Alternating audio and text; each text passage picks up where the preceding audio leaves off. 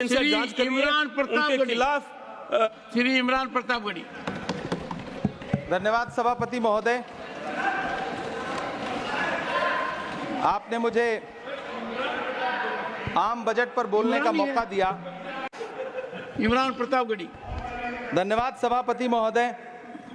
83 minute 71 बार थपथपाई गई मेज, 14,417 शब्दों का बजट भाषण और उस बजट में अपने लिए राहत तलाशती मिडिल क्लास की हैरत ज़दा आंखें।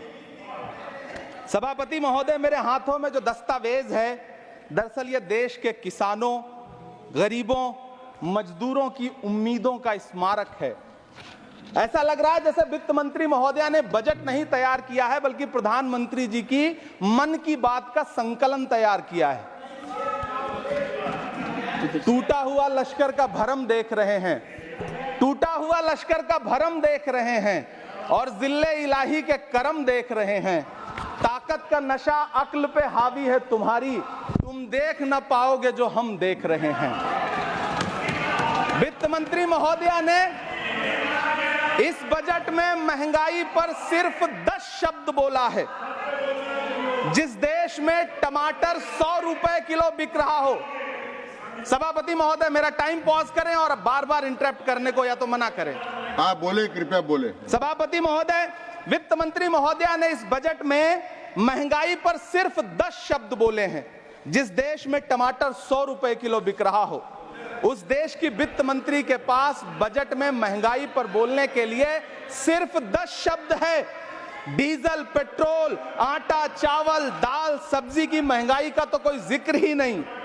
सावन चल रहा है तो प्याज और लहसुन का दाम पूछना तो शायद पाप होगा। मैंने तो यह भी सुना है कि वित्त मंत्री जी जो चीज खुद नहीं खाती हैं, उसके दाम से उनका कोई लेना देना नहीं होता।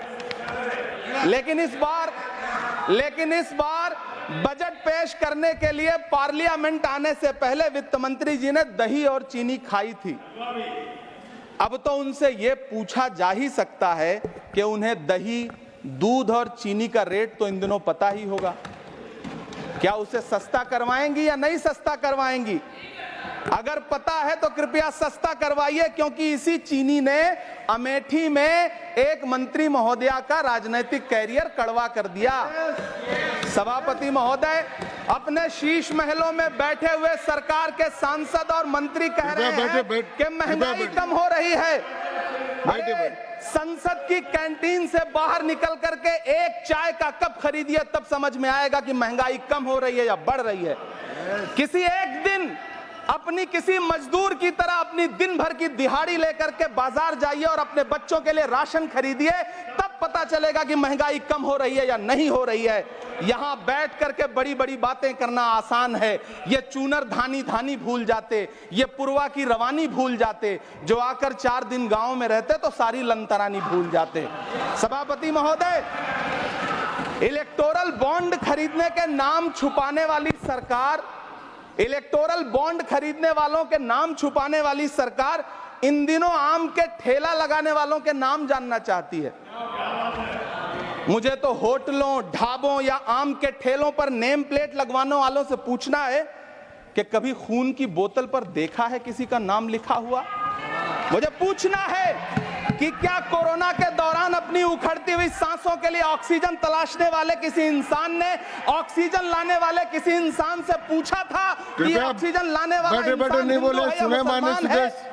मुझे पूछना है कि लावारिश लाशों के लिए कोरोना में कांधा देने वाले, चिताओं के लिए लकड़ियां सजाने वाले किसी इंसान से पूछा गया था उसका नाम, उसका मजहब? लेकिन इन दिनों पूछा जा रहा है। सभापति महोदय, अफसोस देश के प्रधानमंत्री जी ने कभी न टूटने वाली चुप्पी ओढ़ ली है।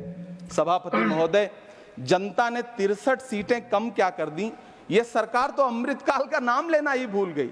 ये भूल गई है अमृतकाल को, ये भूल गई है मनरेगा को, ये भूल गई है मौलाना आजाद नेशनल फेलोशिप को, ये भूल गई है मणिपुर को, ये भूल गई है महाराष्ट्र को।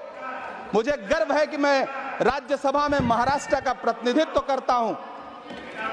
महाराष्ट्र जो देश की आर्थिक राजधानी है, जो टोटल कॉर्पोरेट टैक्स का 40%, इनकम टैक्स का 32% और जीएसटी का 20% इस देश को देता है, उस महाराष्ट्र के लिए इस बजट में एक शब्द नहीं है। आप बैठ जाए। सभापति महोदय, आखिर महाराष्ट्र से किस बात का बदला लिया जा रहा है? महाराष्ट्र ने लोकसभा चुनाव में बाबा साहब अम्बेडकर के संविधान को बचाने के लिए वोट क्या कर दिया? प्रधानमंत्री जी तो महाराष्ट्र से बदला लेने पर उतर आए।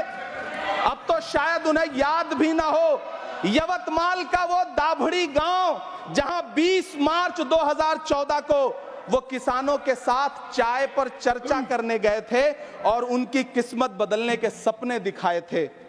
उसी यवतमाल में पिछले 6 महीने में 132 किसानों ने आत्महत्या की है। सभापति महोदय, महाराष्ट्र में हर महीने 209 किसान आत्महत्या कर रहे हैं।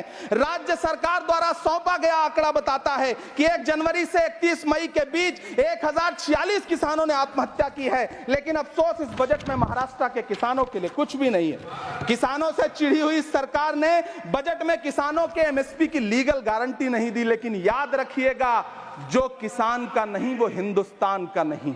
सभापति महोदय, मुझे वित्त मंत्री जी से पूछना है कि वो जो कुछ साल पहले 100 स्मार्ट सिटी बनाने का ढोल पीटा गया था, सुना है उस ढोल में पानी भर गया है, इसीलिए आपने उसका नाम बदल करके सिटीज ऑफ ग्रोथ हब्स रख दिया है। अच्छा है, नाम बदलने का खेल खेलते रहिए। आपकी कई सरकारें तो इसी वजह से चल रही हैं। इस सरकार को पढ़े लिखे लोगों से दिक्कत है सभापति महोदय, इसीलिए इस सरकार ने यूजीसी का बजट 66% कम कर दिया है। वाह री सरकार। सभापति महोदय, मैं वित्त मंत्री जी के संज्ञान में लाना चाहता हूं कि किशनगंज में एएमयू सेंटर के पास 224 एकड़ जमीन है। यूपीए सरकार ने सोनिया गांधी जी की अगुवाई में 136 करोड़ रुपए एएमयू किशनगंज सेंटर के लिए सेक्शन किए थे। लेकिन आपकी सरकार ने पिछले 10 साल में उस 136 करोड़ में से सिर्फ 10 करोड़ रुपया रिलीज किया है। 1.5 करोड़ की आबादी वाला सीमांचल बेहतर शिक्षा के लिए उस सेंटर की बाट जोह रहा है। मेरा आपसे सवाल है कि इस सेंटर का बाकी पैसा आप कब रिलीज करेंगे? मुझे उम्मीद है वित्त मंत्री महोदया जवाब जरूर देंगी। सीमांचल उसी बिहार में आता है जिसकी बैसाखी के सहारे आपकी सरकार चल रही है। वहां के लोगों को एम्स की जरूरत है। महानंदा और कोसी से होने वाली बाढ़ की तबाही को रोकने के लिए बांध बनाइए, सीमांचल के साथ सौतेला व्यवहार बंद करिए। इकोनॉमिक कॉरिडोर बनाने से किसी राज्य का विकास नहीं होगा, विकास होगा स्वास्थ्य और शिक्षा के बुनियादी मुद्दों के लिए बजट देने पर। सभापति महोदय, एक तरफ तो इस बजट में पीएम आवास योजना के तहत 3 करोड़ अतिरिक्त मकान देने की घोषणा है और दूसरी तरफ लखनऊ के अकबर नगर में 1280 वो मकान हैं जिन्हें रिवर फ्रंट बनाने के नाम पे बुलडोजर से जमींदोज कर दिया गया।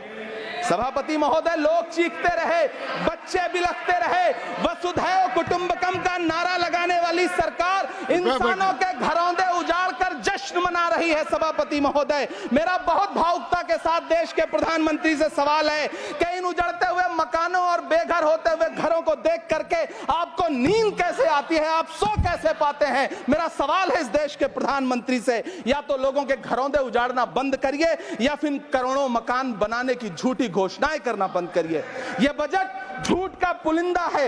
यह बजट आपके पिछले साल के बजट का कट कॉपी पेस्ट है। यह बजट हमारे चुनावी घोषणा पत्र की नकल करने की एक बेईमान कोशिश है। लेकिन कहावत है ना कि नकल के लिए भी अकल चाहिए। मेरे हाथ में एक तरफ न्याय पत्र है जो हमारा है और दूसरी तरफ अन्याय पत्र है जो आपका है। इस सरकार को आलोचना सुनने की आदत नहीं है सभापति महोदय। जब आप इनसे सवाल पूछिए तो ये कहते हैं कि आप बताइए 70 साल में आपने क्या किया है। मैं तो इस सदन में कहना चाहता हूं सभापति महोदय कि हमसे 70 साल का हिसाब मांगने वालों, जो सरकार अपना चलाया हुआ 2000 का नोट 7 साल नहीं चला सकी, वो हमसे 70 साल का हिसाब मांगती है। सभापति महोदय, मैं अंत में आपसे यह कहना चाहता हूं, यह बजट बैसाखी पर टिकी हुई सरकार का कुर्सी बचाओ बजट है। इस बजट में राज्यों के साथ, किसानों के साथ, नौजवानों के साथ, महिलाओं के साथ, देश के मिडिल क्लास के साथ अन्याय किया गया है और इस अन्याय का खामियाजा आपको महाराष्ट्र, हरियाणा और झारखंड के चुनाव में भुगतना पड़ेगा। सभापति महोदय, इस सरकार ने नोटबंदी लगाकर देश की आम जनता की पूंजी कृपया छीन ली। बैठे बैठे नहीं बोले, गब्बर सिंह कृपया। टैक्स लगा करके छोटे व्यापारियों के कारोबार छीन लिए, पेपर लीक करवा करके युवाओं की आंखों से नौकरी के सपने छीन लिए, अग्निवीर लाकर देश के जवानों की उम्मीदें छीन ली, बुलडोजर लगाकर लोगों के आशियाने छीन लिए, महंगाई लाकर देश की जनता की थाली से निवाले छीन लिए और नारा लगाया कि हम तो सेवक हैं, 18-18 घंटे काम करते हैं। इन्हीं लोगों के लिए किसी ने शेर कहा है कि जो सच और झूठ में दूरी है वो दूरी समझते हैं, सियासी हाकिमों की हम भी मजबूरी समझते हैं, वो अपना हक समझते हैं निवाला छीन लेने को, डकैती को बहुत से लोग मजदूरी समझते हैं। हमें पता है कि कैसी मजदूरी की जा रही है। सभापति महोदय, मैं यहाँ खड़ा होकर के अंत में आपसे कहना चाहता हूं कि इस बजट में तमाम राज्यों के साथ अन्याय किया गया है, इस बजट में युवाओं के साथ अन्याय किया गया है, महिलाओं के साथ अन्याय किया गया है और खास तौर से महाराष्ट्र के लिए कुछ नहीं रखा गया है। महाराष्ट्र बाढ़ से जूझ रहा है, पानी बरसने से वहां 1500 से ज्यादा लोग मारे गए हैं। उस शहर को, उस राज्य को 4000 करोड़ के पैकेज की जरूरत है ताकि जो फसलें बर्बाद हुई हैं लोगों को राहत दी जा सकी। लेकिन अफसोस इस बजट में महाराष्ट्र के लिए ऐसा कुछ भी नहीं है। मैं आखिर में यह कहना चाहता हूं कि पिछले 7 दिन से इस बजट का बड़ा ढिंढोरा पीटा जा रहा है, इसे महान बताया जा रहा है, लेकिन कौन महान बता रहा है? सत्ता पक्ष के लोग, उन्हें तो बताना ही है, क्योंकि मैं अवध क्षेत्र से आता हूं, प्रतापगढ़ से, नीरज भाई भी अवध और पूर्वांचल से आते हैं। वहां एक कहावत है कि बिटिया की तारीफ किसने की? बिटिया की महतारी ने, यानी कि बेटी की प्रशंसा किसने की? मां ने। तो इस बजट की तारीफ सत्ता पक्ष करे तो करेगा ही, लेकिन विपक्ष के एक भी सांसद से आप पूछिए कि क्या उसके राज्य को कुछ मिला है, तो वो ये कहेगा कि नहीं, कुछ भी नहीं मिला है। बहुत बहुत धन्यवाद सभापति महोदय, मुझे आम बजट पर अपनी राय रखने के लिए। धन्यवाद।